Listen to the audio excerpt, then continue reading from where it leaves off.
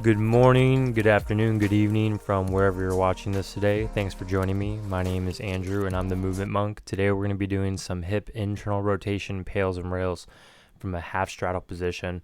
We're going to use the wall for a little bit of support, so just come on down to the ground just like I'm doing right now.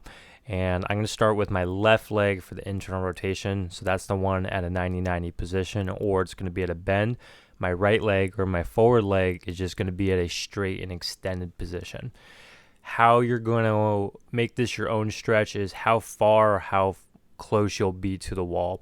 So if you have a lot of internal rotation, what I recommend is really getting cozy to that wall. If you don't, like me, I'm just going to have about 6 inches from my right hip to the wall.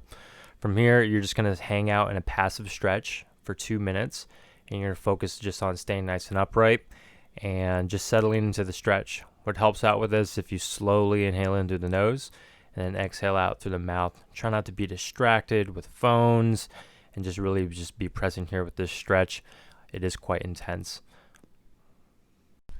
To give you a little sneak preview of what's coming, we're going to be doing our pails effort. So for the pails, you're going to think about externally rotating into the ground with your left leg, or think about just pushing it down. I like the analogy, if there's a scale underneath my left foot, I'm going to slowly try to make it weigh heavier and heavier, like 20 pounds, 40 pounds, 60 pounds, 80 pounds, and then I'm going to hold that highest threshold I can safely for about 15 seconds here. So let's get going with that.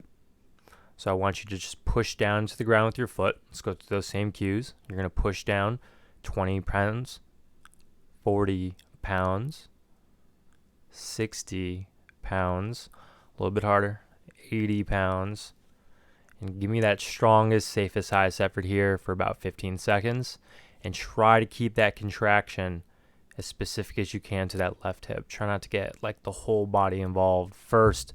Maybe it'll help out a little bit later, but just get that left leg working first. Go and slowly relax. Next, we're going to go into our rail effort. So you're going to pretty much do the opposite. I'm going to drive my left knee into the ground. I'm going to try and lift open my left foot from the ground. So this would be the internal rotation. Same cueing. Let's warm up slowly into it. 20%, 40%, 60%, 80%, and strongest, safest, highest effort. Hold, hold, hold. It's probably cramping a little bit. It's okay. Keep going. Keep going. Drive that knee in. Keep that foot off the ground. And then relax. The last piece we'll do is the second passive stretch, where you'll try to hold this new range of motion. So I'm going to try and keep my leg off the ground, and then I'll sit my left hip more toward the ground, or you may get a little closer to the wall.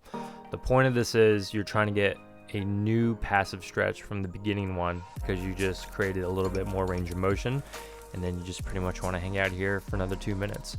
Sit up nice and upright, and then practice that slow, controlled breathing to help your body accept this new range of motion. I'll see you guys next time.